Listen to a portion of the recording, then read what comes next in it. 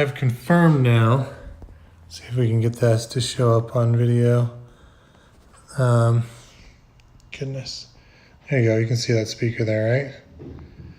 Between the reflection. There, yeah, you can see it's there. There's one there. One there. That's in the back. There's this one. Easier to confirm. I can, oh, come on. Usually do this with two hands. But it's there. I pull it out. It's there. It's wired up. Same thing with these A-pillar ones. It's there. It's wired up.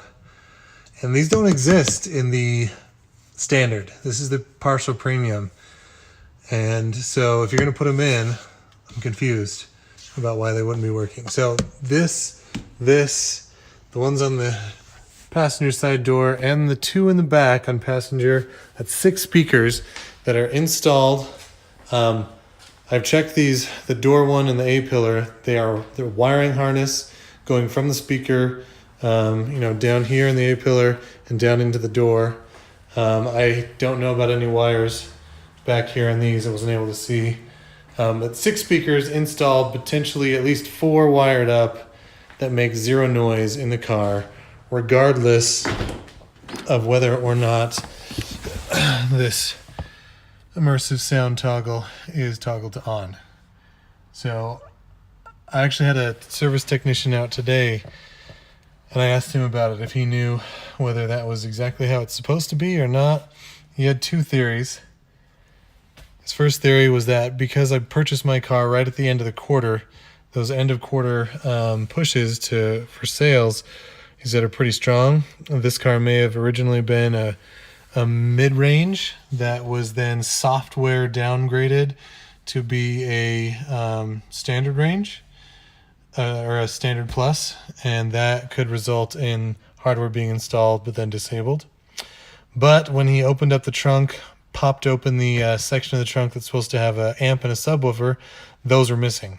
Which, if it was a mid-range that was made, but then the order canceled, and then software downgraded, they would not have removed those. He said that those would just have been left there and disabled. So he threw that theory out. His other theory is that it's potentially cheaper for Tesla to make this door the same way for everyone.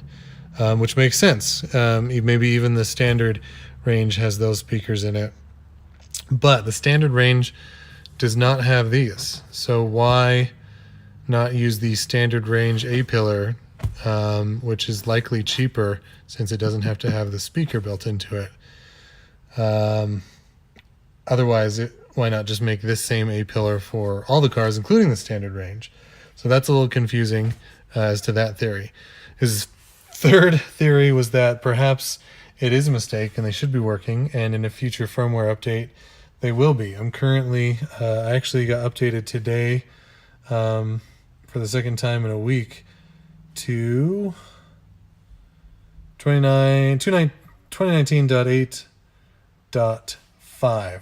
I was on 8.3 earlier, which he said was buggy, and the service tech was able to push this one to me just to see if that fixed some other issues I was having. But the speaker issues still are a curiosity to me. One thing he said is if every standard range plus has these speakers and the back speakers installed but disabled, some third-party aftermarket company needs to get in the business of making an amp and a subwoofer that you can install in the back and get these working, because that would be a cheap solution that could get you all the speakers working. So I hope it's just a firmware update. If not, I hope some aftermarket people get on it.